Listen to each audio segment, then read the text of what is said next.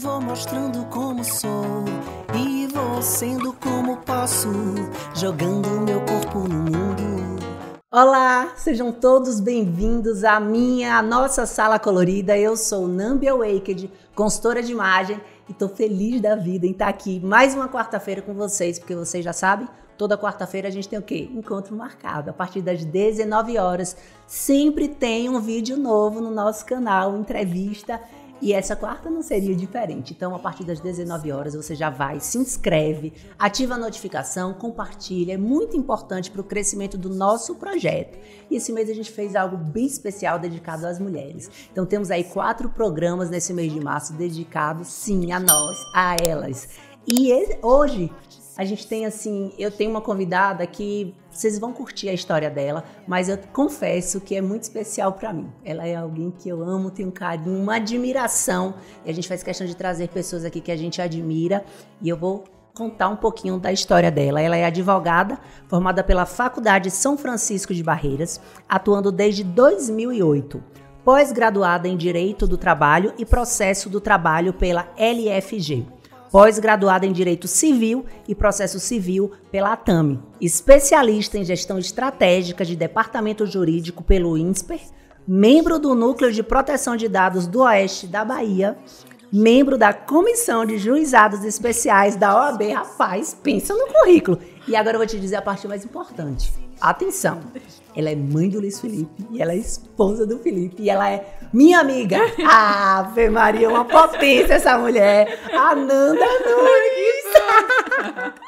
Amei a apresentação. Você obrigada, é muito chique. Capricha. Quando ela mandou o currículo, eu falei, gente, eu sabia que ela era muito, mas...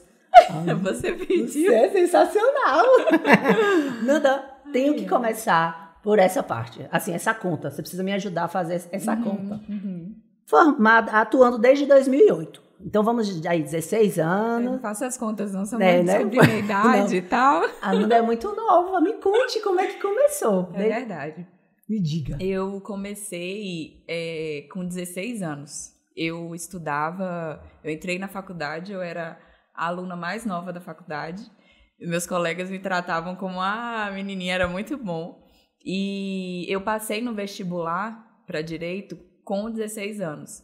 Na época, minha família ficou... Meu pai, que era advogado, minha filha, você quer fazer? Você quer estudar? Eu falei, pai, eu quero. Mas ele ficou muito preocupado. Você tem certeza? Não se sinta pressionado e tal. Eu falei, pai, eu quero. Só que eu não tinha terminado o terceiro ano. Você imagina. Então, eu fazia o terceiro ano pela manhã e ia à faculdade à noite. Então, meu pai precisou entrar com um mandado de segurança, mas a condição do mandado era que eu concluísse o terceiro ano, né? Então, a minha mãe, na época, estava terminando o último ano de administração e eu ia com ela para a faculdade à noite. Então, pela manhã, eu ia para a escola e à noite eu ia para a faculdade. Então, eu tive que, durante esse ano, 2003... conciliar isso, a faculdade e a escola, e me formei com 21. Imagina. E passei na OAB com 21.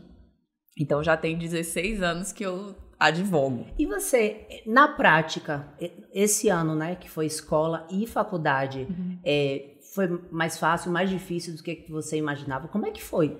Tinha vida pessoal? Foi muito difícil, assim, foi bastante difícil porque matérias totalmente distintas, né? Só que tinha o meu pai que me orientava com relação às questões do direito, e o último ano da faculdade acabou que, da escola, eu conseguia conciliar, os meus amigos me ajudavam também. Então, eu vivi, assim, eu sempre fui muito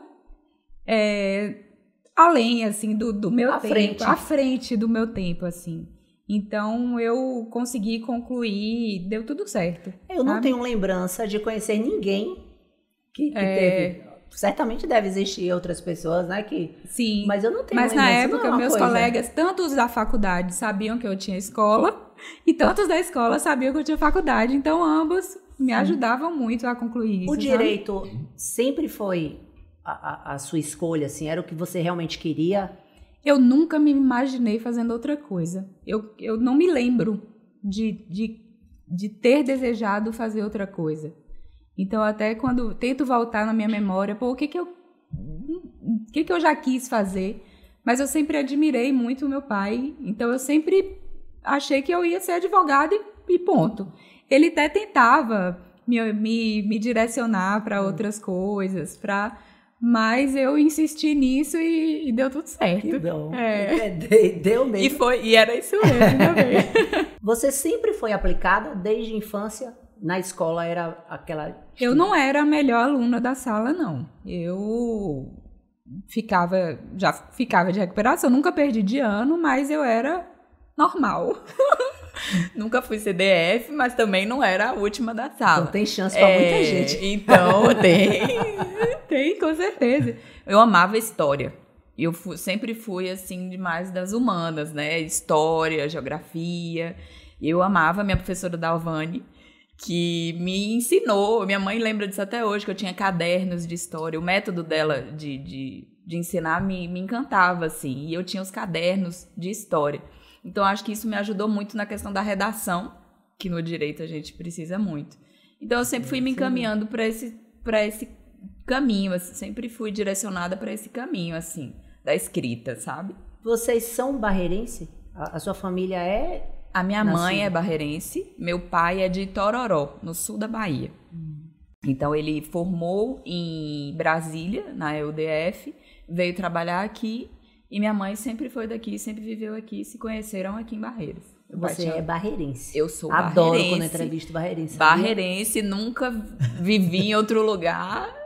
Uma curiosidade que eu tinha. Nunca saí. Nesse momento ok, que você era muito nova, mas não pensou por quê? O que acontece? A gente que é de interior, quando chega a hora da faculdade, é a hora que a gente pensa, vou pra capital, né? Eu vou pra uma cidade maior.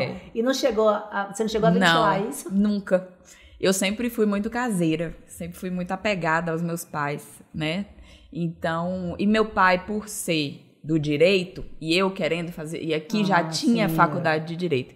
Eu acho que se aqui, na época, não tivesse faculdade de direito, talvez eu teria com certeza saído, como minha irmã teve que sair porque queria arquitetura.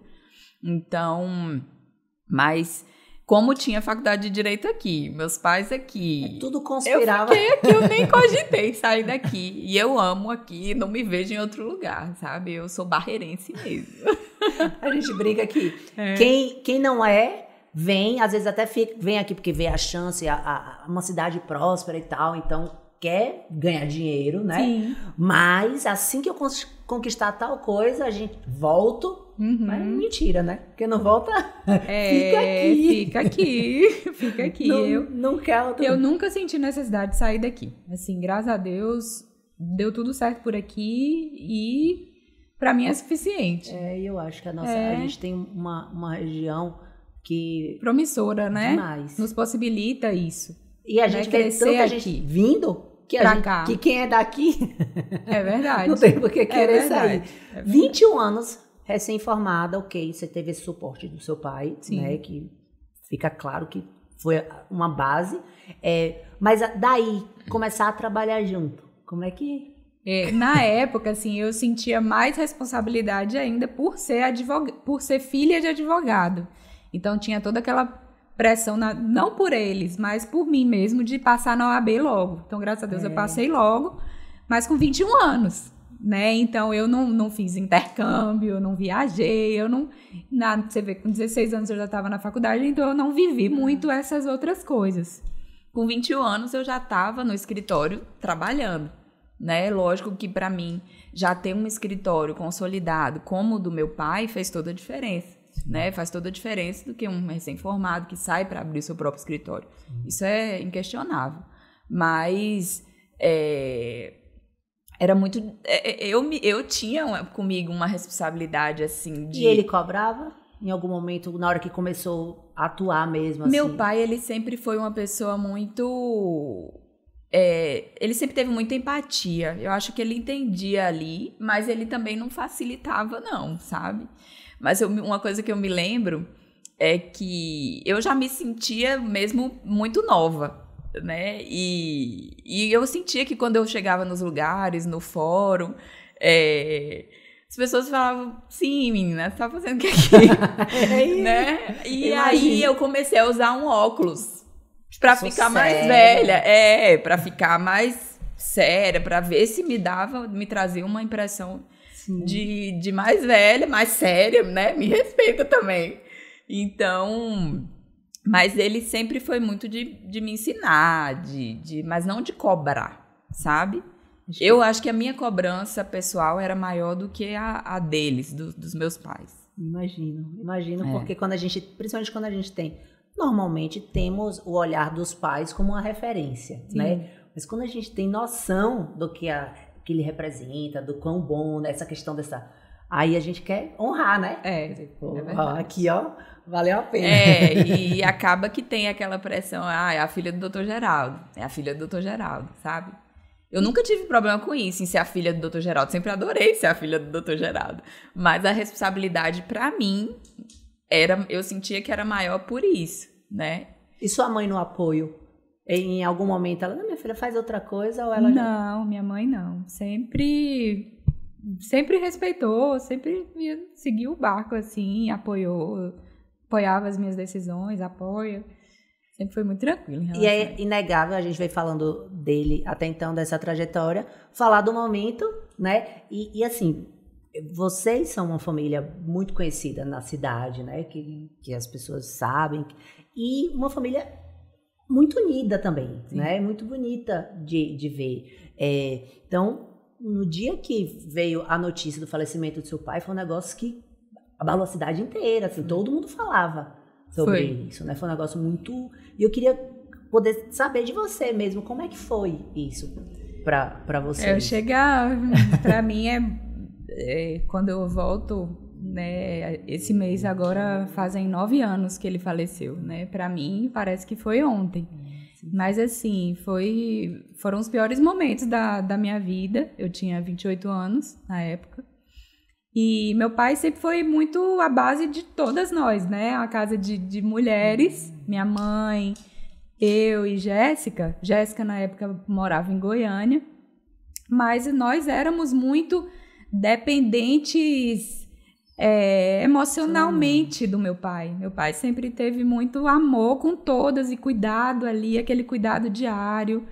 Então, quando meu pai ele faleceu, ele teve um infarto. Então, a gente não esperava, ele não ficou doente, não teve isso.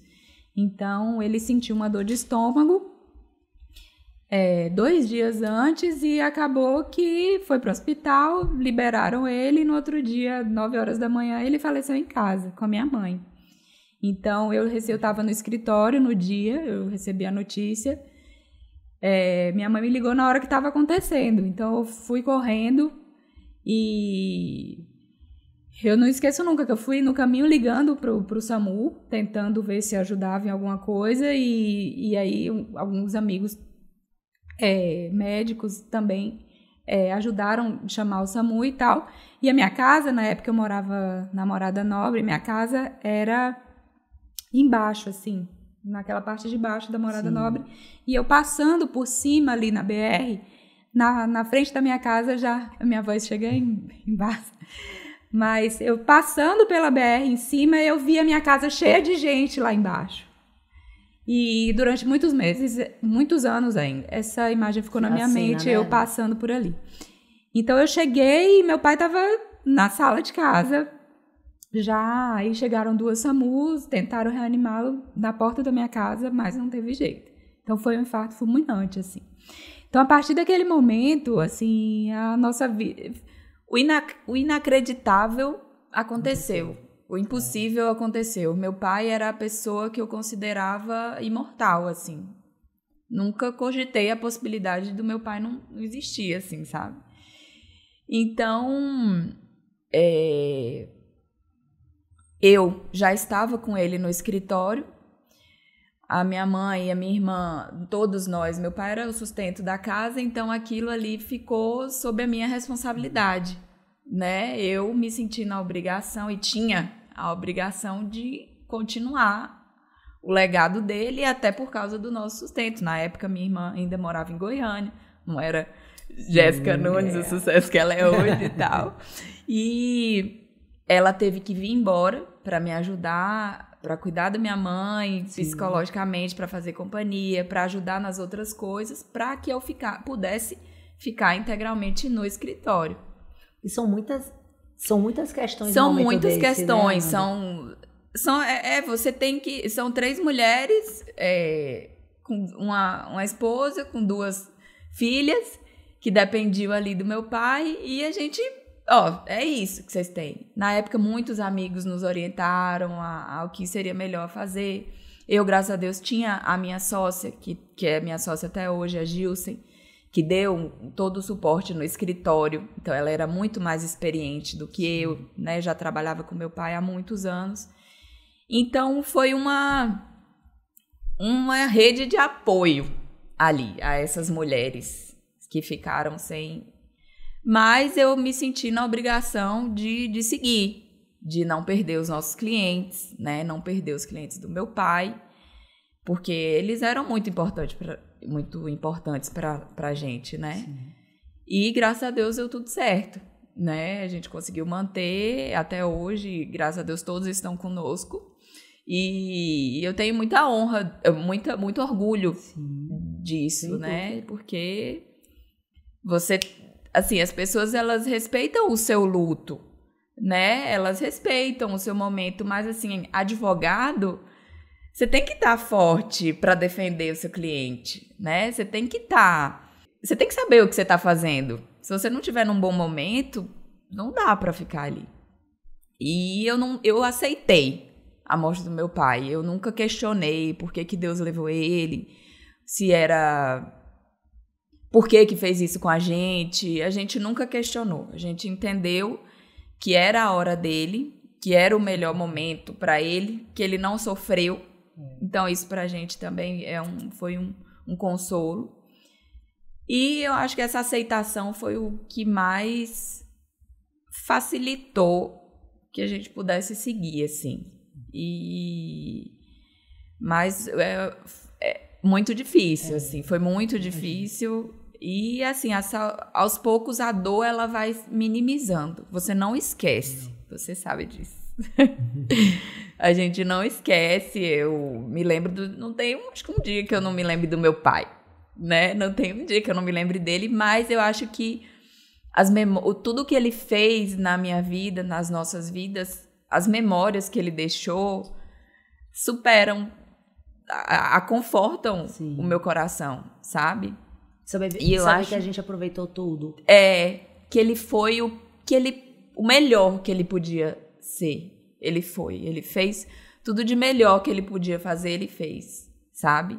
Ele me amou muito, amou minha mãe muito, amou minha irmã muito. Tudo que ele fez foi bem feito.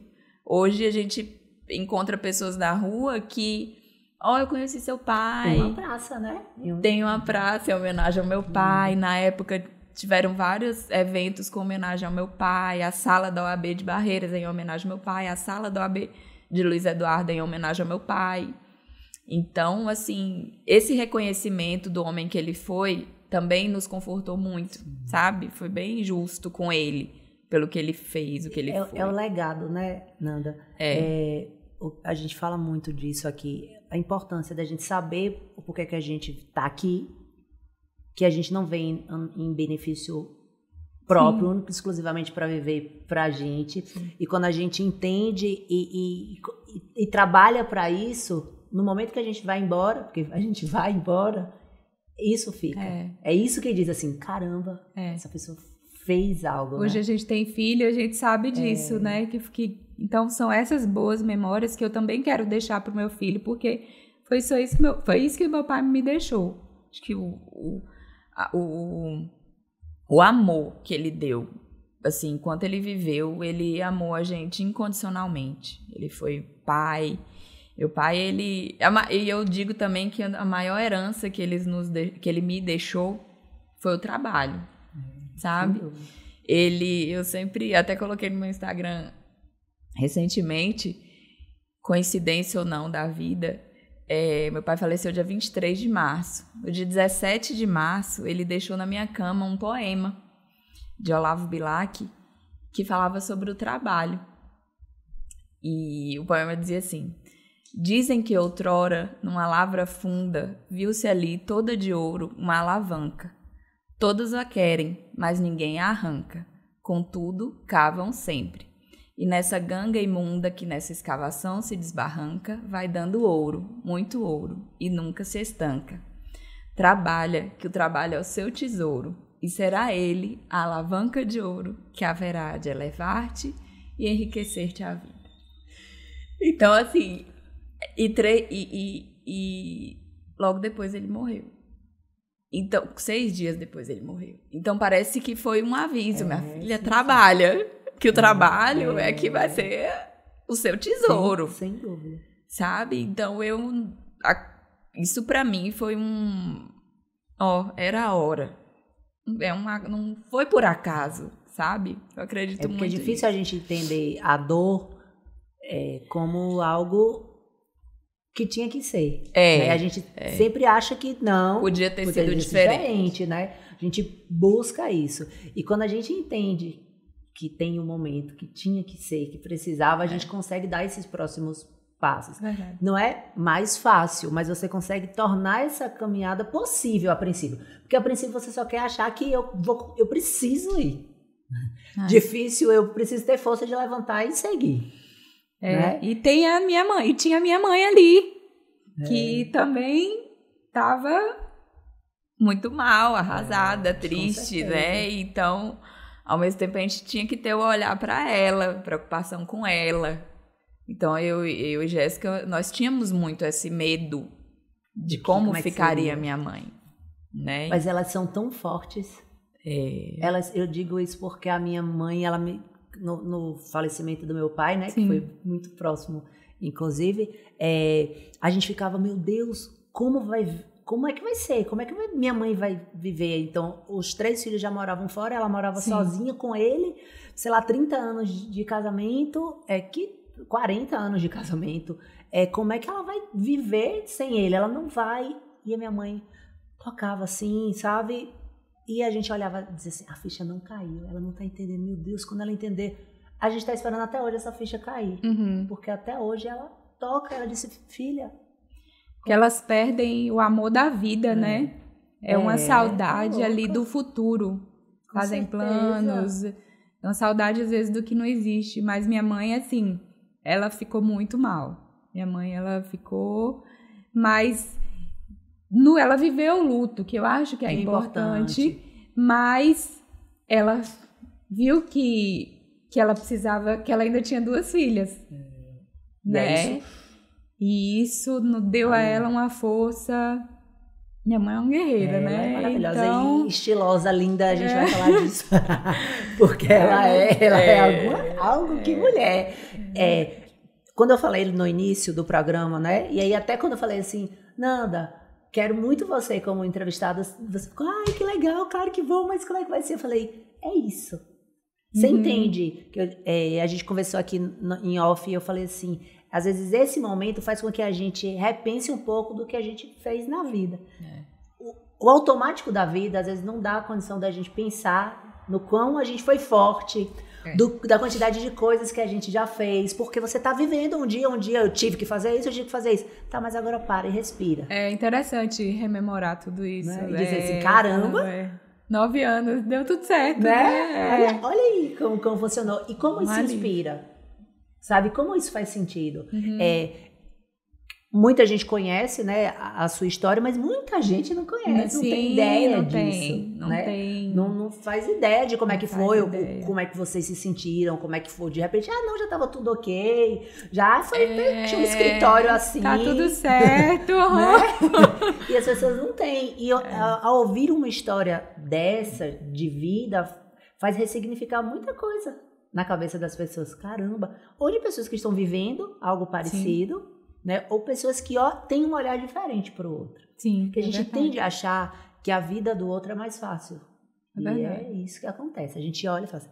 Ou então diz assim, mas tava também fácil, né? Filha de fulano, casada com Beltrano, irmão de Cicrano, já tinha não sei o quê. Aí começam a querer justificar para dizer que aquilo foi mais fácil. Foi bem isso, e às vezes a gente se depara exatamente com isso. sabe? De quem não sabe da sua história. Eu falei. E, tá tudo certo. Pra ela é fácil, foi fácil, sempre foi fácil. Então, né? assim, você compartilhar disso, que é algo muito íntimo de vocês, da vida de vocês, pra mim era importante ter isso. Tanto que, de uma forma singela, poder honrar a vida do seu pai, do que ele representou, honrar você pela mulher que você é, né? Porque eu acho que é importante da família, como você disse, as 3 mulheres, né? A mulher que você é, que pode parecer que foi... Não, eu fiz o que tinha que ser feito, mas não foi. Assim, você poderia ter escolhido muitas outras caminhos, tá? Você foi muito bem orientada, você foi muito bem criada para isso, ótimo. Mas você ainda assim poderia ter entregue, vende, aplica, faz qualquer coisa, tenta assim, entrega para fulano, sabe? E você não. Você optou em fazer a coisa que poderia ser um pouco mais difícil, mas necessária, sabe? E hoje viver o que você vive, ter a família que você tem, tudo que vocês construíram, é fruto disso. Obrigada. Então, tão nova, né? Tão nova, porque a gente acha, ai, meu Deus, é muito novinha, como você falou, a ponto de usar um óculos. A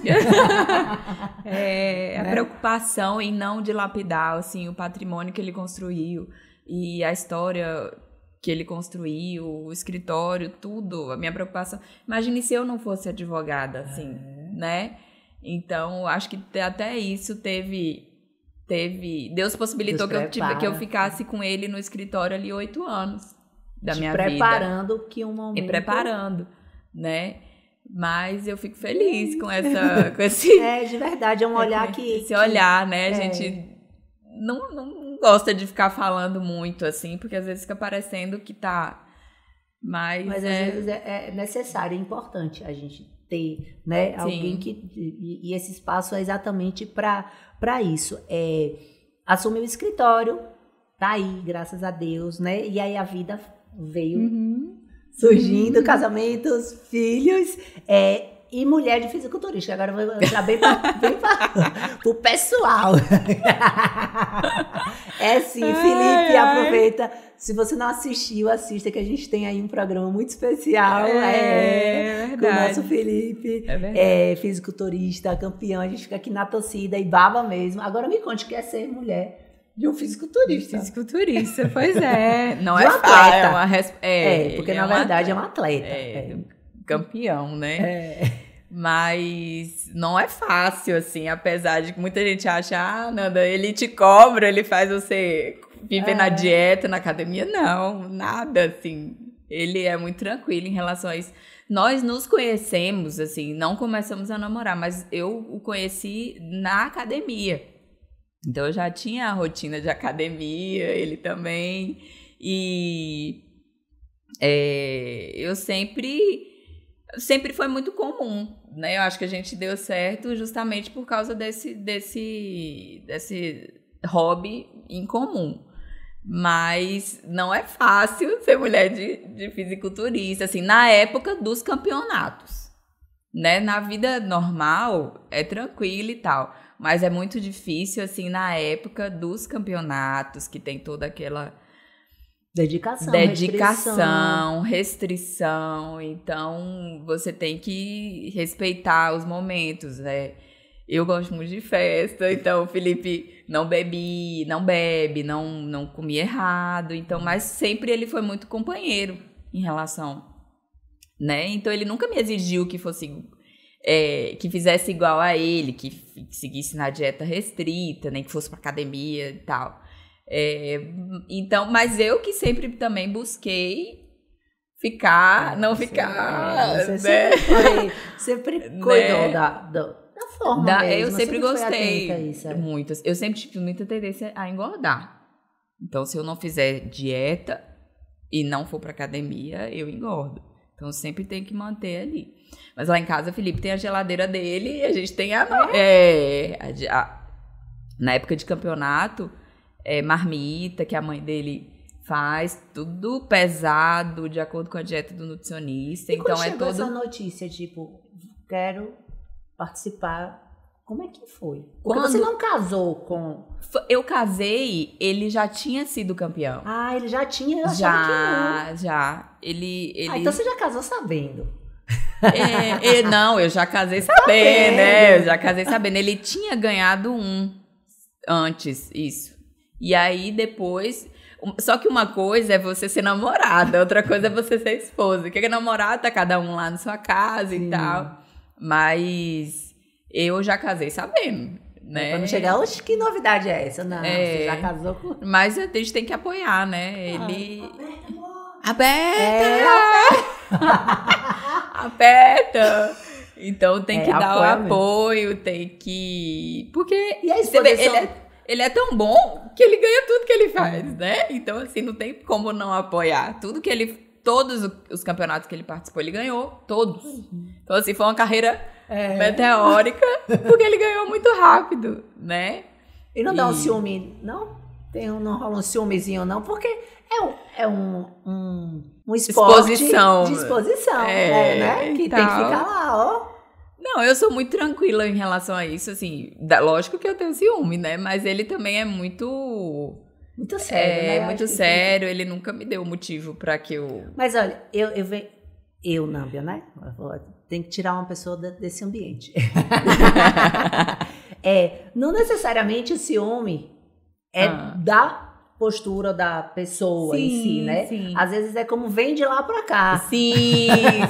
Né? Que às vezes incomoda. Engraçado que a gente nunca teve problema em relação a isso, assim. Sempre teve muito respeito, né? Então você pode, se você olhar o Instagram dele, tá tudo sem camisa e tal, eu vou fazer o quê?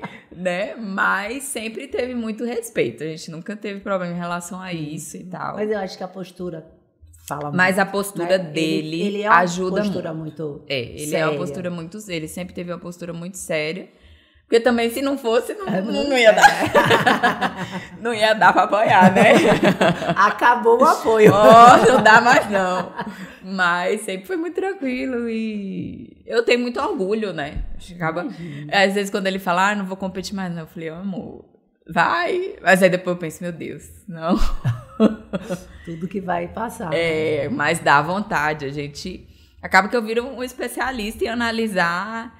esse vai ganhar, esse não vai ganhar. Quando a gente olha tudo, né? Você entende... Eu passo a entender tudo. Quando você vive ali naquele meio, você vai para as competições. Né? Agora mesmo fui para a última em Belo Horizonte, em junho. Que foi a que ele ganhou, o campeão brasileiro. Que foi depois a entrevista aqui.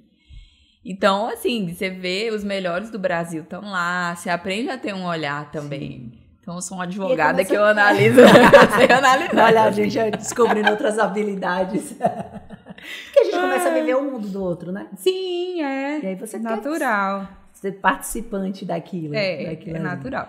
Mas, assim, não é fácil. Não é fácil, porque ele, se te der uma época que seu marido vira outra pessoa. Imagina. Tanto fisicamente... Quanto, assim, psicologicamente também. Ele tá mais sério, mais focado. Não tem como a pessoa tá ali sem comida, sem... né? Gente, deve mexer muito no humor. Mexe muito. O psicológico é muito pesado pra isso. É uma pressão muito... Você sempre cuidou do corpo, como você disse, né? Até se conhecer e tal. Comigo, a gravidez sempre... mexeu muito. Você não mexeu como mexeu comigo, não, mas como é que foi esse momento? Pra mulher, normalmente essa... Mas assim, é porque eu acho que eu não expus muito nas redes, mas eu engordei 17 quilos. Foi. Eu não esperava que você tivesse... Eu engordei 17. Mas assim, era pra ter sido tudo normal. Era pra ter dado tudo certo. Então, porque o médico falou, é menino, você pode engordar de 10 a 12 quilos, é o ideal e tal. Então, até o 9º mês, até o 8º mês, eu tinha engordado 12 quilos. Tava tudo certo, era só manter. Só que aí eu falei, já tá acabando, vai nascer. Eu vou ser feliz. Vai nascer, eu nunca mais odeio, assim, né, não sei, e eu vou comer. E aí, resultado que eu engordei 5 quilos em um mês. Então, assim, eu explodi no último mês. Graças a Deus não tive problema nenhum, mas eu comia. E não foi compulsão. Porque foi bem, não era compulsão. Eu não tive essa compulsão, esses desejos. Não, Você permitia comer o que tinha vontade. eu me permitia porque eu falei, não, vai nascer e logo depois eu vou emagrecer. Mas não foi assim.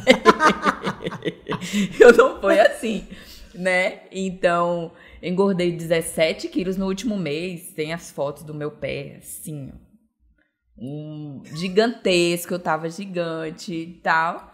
Comi bolo de chocolate todos os dias. Quando eu paro pra pensar, eu comia... tinha uma lanchonete que vendia cuscuz com leite condensado, com leite de coco. Comi todos os dias. Branco? Cuscuzinho. Não, cuscuzinho, mas derramado, leite condensado, leite de coco. Eu comi todos os dias, 30 dias. Eu comi isso, todos os dias. E assim, eu acho que é por isso que meu filho ama cuscuz hoje. Mas você falando assim, eu engordei. Mas assim, nos primeiros dias, depois da gravidez, nos primeiros 15 dias, você perde aquele líquido, né? Então eu perdi os 10 quilos rápido. Só que esses 7 quilos era a gordura. Então eu senti muita dificuldade em emagrecer. Depois disso eu desenvolvi o hipotireoidismo, que até hoje eu tenho que tomar remédio e tal pra controlar.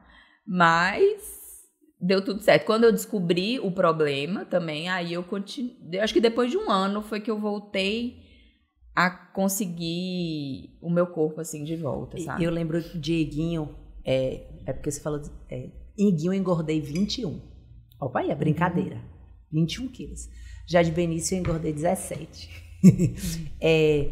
Mas eu lembro que de Iguinho eu engordei tanto que eu pensei assim, quando esse menino nascer, ou eu faço alguma coisa, sabe? Ou já era. Esse corpo vai ser o meu corpo pro resto da vida. Meu Deus. Porque, sabe? Eu cheguei a 104 quilos. Caramba. Quando eu cheguei, o médico falou assim, que eu fiquei em Recife, agora. ele falou assim, ó, você vai começar uma dieta agora. E minha sogra, tadinha, mas ela tá grávida. Ele, não, ela vai começar uma dieta agora e vai começar a, sabe? E aí eu tive que começar a já me conscientizar. Então, quando o Iguinho nasceu, eu fiz 45 dias exatos de pós-operatório, né? Porque foi uma cesariana, eu comecei a treinar. Eu fui pra academia e daí, então, eu nunca mais parei. Foi quando, enfim, eu consegui entrar e quero fazer uma atividade física. E aí, contratei um personal e comecei e aí perdi 35 quilos. Eu fiquei... Porque eu disse, eu vai agora, né? Sim. E aí, quando eu engravidei de Benício, engordei ainda 17 quilos, mas eu já não tava tão gorda e tal, e aí já foi... Mas aí consegui manter... Eu não me lembro de você desse jeito, não. Era uma coisa... Aí também eu fui ter em Recife, né? Ajudou que eu fiquei lá. Eu não tenho ensaio fotográfico. Eu fiz o meu, graças a Deus, com 7 meses. Então tava linda. Minha filha, aí falava, você vai se arrepender. Eu dizia, não vou me arrepender, não quero. Tava linda, já era pra ter dado tudo certo. Deu tudo certo, mas era pra ter ficado ali. Mas aí no último mês... E eu tive um problema que eu não pude ir pra academia. Não pude fazer exercício. Porque os primeiros 4 meses era de risco. E depois eu tive problema no nervo ciático. Que aí eu fiquei tudo quase sem andar. Pra você. Aí eu falei, aí eu não queria tomar remédio, com medo de interferir na gravidez e tal. E aí eu tive que fazer um pilates e fisioterapia, que foi o que me curou. Mas era mais uma desculpa, né? Se eu tiver outro filho, eu não farei mais isso. Não vou fazer mais isso. Ai, Deus. Nanda, o programa é Café Cor e Estilo, né? Sua amiga aqui, consultora. Então, a gente precisa entrar nessa pauta e que vai ser ótimo, porque você sempre foi estilosa, sempre gostou de vestir, né? De se vestir, de pensar no vestir. Já fez consultoria, né? Sim. Já fez coloração, né? Com a Fernanda, não foi? Fernanda Vulto. Foi. Na época você nem fazia ainda. E assim, uma excelente profissional. Sim. Inclusive, Fernanda, que tá aqui já há tanto tempo, né? Eu já cheguei depois. Mas me conte como é a sua relação com vestir. Você sempre, de fato, teve esse olhar? Sempre entendeu? Sempre gostou? Ou isso já foi de um tempo... Assim, eu sempre tive o exemplo dentro de casa, claro, né? Sim, sua mãe é maravilhosa. Então, minha mãe, ela sempre foi uma mulher muito independente. Minha mãe, acho que poucas pessoas sabem, mas ela tinha loja de roupa. E aí ela fechou a loja quando quando eu nasci, que tinha que viajar e tal, e aí ela decidiu fechar. Era até ali, perto do lado do meu escritório. Então, minha mãe sempre teve essa relação com a moda, sabe? Inclusive, a loja dela, ela fazia muito sucesso porque ela comprava as peças pensando em cada cliente. Já tinha uma curadoria. Então, ela sempre teve essa relação com a moda. Então, eu e minha irmã, sempre tivemos o exemplo dentro de casa de que a mulher tem que andar bem vestida, né? Minha mãe, desde pequena, colocava a gente naqueles cursos de maquiagem do Boticário. Então, ela sempre botou a gente para saber se maquiar, fazermos nossa própria escovinha, né? Então, foi muito normal isso pra gente. Eu lembro que sempre que eu perguntava pra minha mãe, tô muito arrumada, você tem que se preocupar em estar desarrumada, não muito arrumada. Então, sempre foi assim. E ela sempre teve um estilo próprio, sempre, né? Sempre tava ali toda arrumada, mas botava um tênis. Ela tá sempre com uma coisa no pescoço. Então, ela tem o estilo dela. E eu acho que... eu não me acho tão estilosa assim como você tá falando. Mas eu sempre gostei muito de brilho, de uma coisa assim, sabe? Eu nunca também gostei muito do comum. Eu não gosto muito das roupas comuns, que todo mundo tem e tal. Isso também eu não gosto muito. Essa relação... E aí foi que eu senti a necessidade. Eu tava com muita roupa, não tava sabendo comprar direito as coisas. Tava comprando coisa demais e ficando sem usar. Foi aí que eu senti a necessidade de fazer. Às vezes a sensação de que não tenho o que vestir. Como não assim, tenho o que vestir, meu guarda-roupa cheio de roupa preta. A mulher do preto. Cheio de roupa preta. Eu sempre fui a mulher do... Ainda sou. Ainda bem que tá na sua cartela, né? Ainda bem que tem na minha cartela. Se não tivesse, eu não sei o que eu ia fazer. Pinta aí, cola uma cartela. E aí foi que eu busquei a consultoria. Na época, minha paleta deu Inverno Escuro, que eu adorei. E me ajudou muito a escolher... Eu passei a ter um outro olhar. Tanto na hora de comprar as coisas, as minhas roupas, quanto no meu guarda-roupa, de montar ali. E profissionalmente também, acho que dá um... Profissionalmente também, eu passei a não usar essa somente para trabalhar. Advogado não precisa ser terno, né? O blazer ali. A gente pode usar, desde que fique adequado. Eu sempre busquei ser um pouco diferente. 3 mulheres em casa, como é que funciona? Troca roupa, pega escondido, empresta... São 3 mulheres com estilos diferentes, né? Sim. Então, assim, minha irmã tem um estilo, eu tenho outro e minha mãe tem outro. Só que a gente, assim, tem troca de bolsa. Bolsa dá, sapato não dá com minha mãe porque ela calça 2 números a mais que eu. Eu e Jéssica, a gente troca, tem o mesmo número, então daria. E quando a gente morava na mesma casa, dava, né? Mas agora... E Jéssica é muito... Ela é 34, ela é PP. Eu queria muito entrar nas roupas de Jéssica, mas infelizmente vai a cinturinha... Nas bolsas. Aí eu me contei com as bolsas. Mas ela tem a cinturinha desse tamanho, PP, né? Então, as roupas... Mas o estilo de Jéssica, assim, é mais o meu também, sabe? Você falou da sua mãe, que ela tem um estilo, né? E aí eu já falei isso. Que ela é a representação de uma mulher estilosa, né? Porque ser estilosa é exatamente isso. Quando você tem uma característica própria, né? Que você olha e fala, nossa, quando você fala do brilho, nossa, isso é a cara de fulano, isso parece muito com... Então, quando você tem essa referência, as pessoas lembram, associam você àquilo, é prova de que você, sim, tem um estilo próprio e você é uma mulher estilosa. Então, sua mãe é esse tipo de mulher, né, estilosa, que a gente vê e pode encontrar. Ela, se for numa feijoada, a um casamento, a gente vai encontrar... E ela bota alguma coisa diferente, né? Dela, de vestir. Ela tá sempre muito elegante. E isso é importante quando você fala, desde pequena eu via minha mãe, né? Porque isso é uma memória que você tem, a memória da imagem, que é muito importante. As pessoas às vezes se preocupam muito no que eu visto para sair, para o trabalho, para... Sim. Eu sempre tive muita preocupação com isso, em não me arrumar somente quando eu for sair para uma festa, né? Tem gente que só se preocupa em se arrumar para ir para uma festa, né? Eu gosto de estar arrumada no meu trabalho. Acredito muito mais gente te vê no dia a dia do que numa festa no final de semana, né?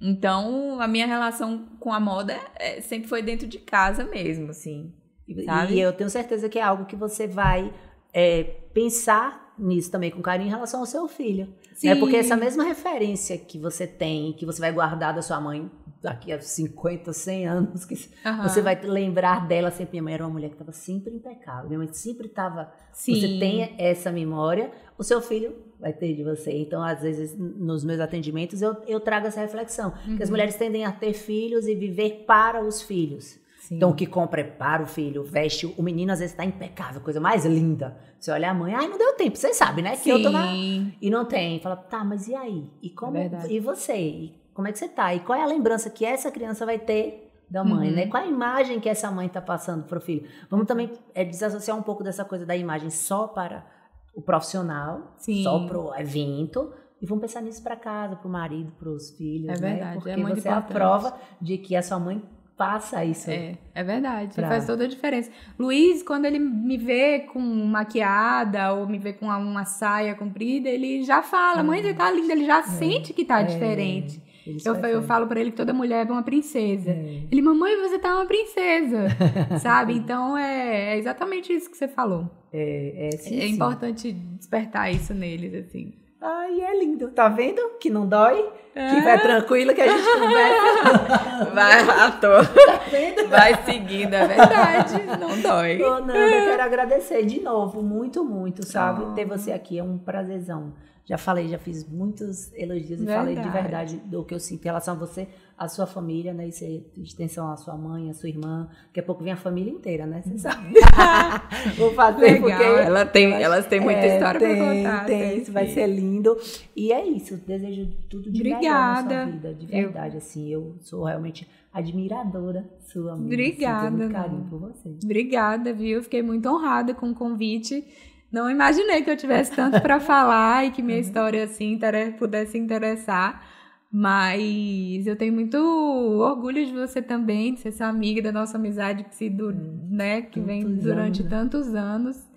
E obrigada pelo reconhecimento e pelo amor, né? Porque tudo isso é amor. E comentei lá no início que é um programa, esse mês é um programa pensado, né? Dedicado um pouco às mulheres. E a gente sabe que não é fácil ser mulher, a verdade é essa, né? Não é simples assim, a gente tem muitas funções, a gente faz muita coisa.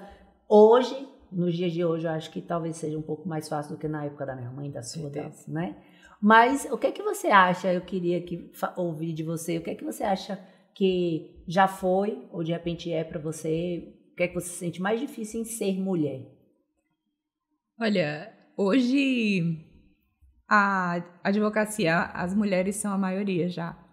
É bonito, né? Que legal. Então, assim, eu não vejo muita dificuldade em ser mulher, não. Porque eu acho que eu sempre soube me impor. Em relação aos meus direitos, né? Então, meu pai sempre teve 2 meninas, né? Então, você vê, acho que ele criou ali como se nós fôssemos, ensinando que nós tivéssemos o nosso dinheiro, trabalhássemos, tivéssemos a nossa vida e nossa independência. O que eu acho que não é fácil, para mim, o que eu passei a sentir mais dificuldade, voltando ao que você perguntou, a parte da mãe, né? Aquela culpa da mãe, eu acho que já não tem como desvincular mulher e mãe, né? Para mim, então, para mim a maternidade foi a maior dificuldade, assim, de você não estar integralmente dentro de casa, por ser uma mulher que trabalha o dia todo, você não tá ali o dia todo com o seu filho. Acaba que por mais que você saiba que é pro bem dele e tal, você sente uma culpa por não estar presente. Apesar de eu tentar ser muito presente quando eu estou, fazer compensar e tal. Mas para mim a maior dificuldade foi a partir da maternidade, assim. No meu trabalho eu não sinto dificuldade, eu sempre senti muito respeito dos colegas em relação a isso. Mas é essa parte da maternidade que me torna um pouco mais frágil, sabe? Quando mexe com maternidade é um ponto sensível. Eu acho que, inclusive, a gente sofre um pouco, não sei você, mas eu sinto na hora do lazer também. Tipo assim, tirar um tempo pra gente, aí, como assim, né? Sem as crianças. Você sente uma culpa, né? Como se, meu Deus, como assim? Vou viajar e não vou levar, sabe? Parece... Né? Minha mãe sempre dizia, toda viagem vai ser um questionamento. Se você não levar, você fala, devia ter trazido. Se você levar, você fala, não devia ter deixado. É isso mesmo. Então a gente sempre vai passar por isso, né? Sempre é inerente. É isso mesmo. Né? Não tem jeito. Ai, amei. Que lindo. Que programa lindo, que história linda. Feliz que você está aqui até agora. Quero agradecer aos nossos apoiadores e patrocinadores e aproveitar para dizer, se você quer ver a sua marca aqui com a gente, quer patrocinar o nosso projeto, entre em contato, não perca essa oportunidade. A gente precisa de empresas que apoiem projetos como o nosso, então é muito importante ter o seu apoio. Então eu quero agradecer a Cheirinho Bom, que está aqui com a gente, a CrossFit 889, a Carola e a Capelli Concept. E é isso. Quarta-feira que vem, mais um programa especial a partir das 19 horas. Já aproveita para fazer o quê? Se inscrever no canal, ativar as notificações e compartilhar. Fiquem com Deus e até quarta-feira que vem. Eu nem placa, não, eu olhando pra você, eu aqui, quando terminou, eu fiz assim, aí ela vira o corpo, aí eu... Gente, assim, adorei, queria falar mais. Amei.